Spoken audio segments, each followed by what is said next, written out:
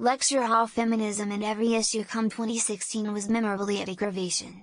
All of the issues of its time, things like custody rights, male suicide, what one called rape culture, what one very naively called racism, especially when it was real elsewhere. And obviously, where an emerging comprehension came to represent the nuances to extremes. My place in all of this is rather ambiguous, yet obviously in motion. At the time, what intersected and diversified within what it called postmodernism, whilst understood as a school of thought, attempted to enable a relativism, I think, but with an obvious aversion to nuance.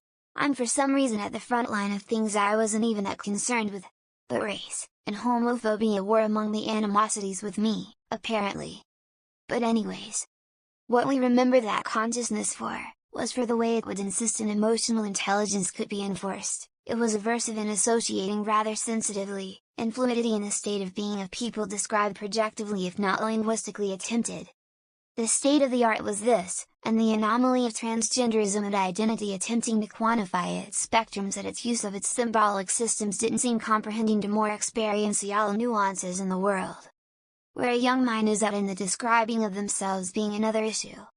This shift in psychosocial paradigm emphasized psychological and conceptual describing in a way that could have been free associating in many senses compared to the former. This was a sort of give and take when it came to describing something qualitatively and then in isolation when it came to the way identity could be explored. But there were several things with which I think could have afforded emphasis of spectrum in any context was being asked about. Introducing it as such, with our cognizance, femininity was our psychological maturity. In fact, given what observant could introspect and culturally make point with empiricism I might add. The self-confronting notional thought versus the observant, masculine aversion versus what could observe and understand that in context was byproduct of psychological emphasis, if nothing else, one had formed capable of conversation beneath conversation as concept goes, often articulated by a strength in a flower or something compromising like that. Make no mistake, the myopia of feminine and masculine and capacity assumes not its points in that way, but sentience and being able to describe the concept of capacities. Between the motions of wanting to be known and understood and heard, is this not at least as burdened a subject in question, if not for youth itself to at least attempt to describe what it means? One could have given the benefit of the doubt perhaps, but something described in isolation did not encompass all. A newer inquiry took place, by accident. It's not the nature of many people to be instantly considerate of the origin of a thought from themselves or someone else, not until shown. What we observed especially in body shaming and self-confirmation amongst younger minds was a reactionary response but eventually a reassurance of willingness to discuss wisdoms. But only in familiar circles. Their experience with the feeling of control and our observation with the way sensitivities could be reactionary could be observance as well as foresight by a nuance irritated but in some places patient with where it wasn't. The enemies in controversy existed. But at no point during our side's observation did we say that you are not allowed to be feminine. In fact, the truth and the security here lies in asking, did you need me to convince you of this in order for it to be true, or was it not true? We could say this, absolutely. And we could attribute a state of being as they occur here to things less than unusual. But not under the most Edwardian of psychology do we simply make a correlation between transgender or transsexual individuals where the psychosexual is directly expressive from the way that their experience can be described with more nuance. Damn it, we were the secular age, we were the ones who could say that.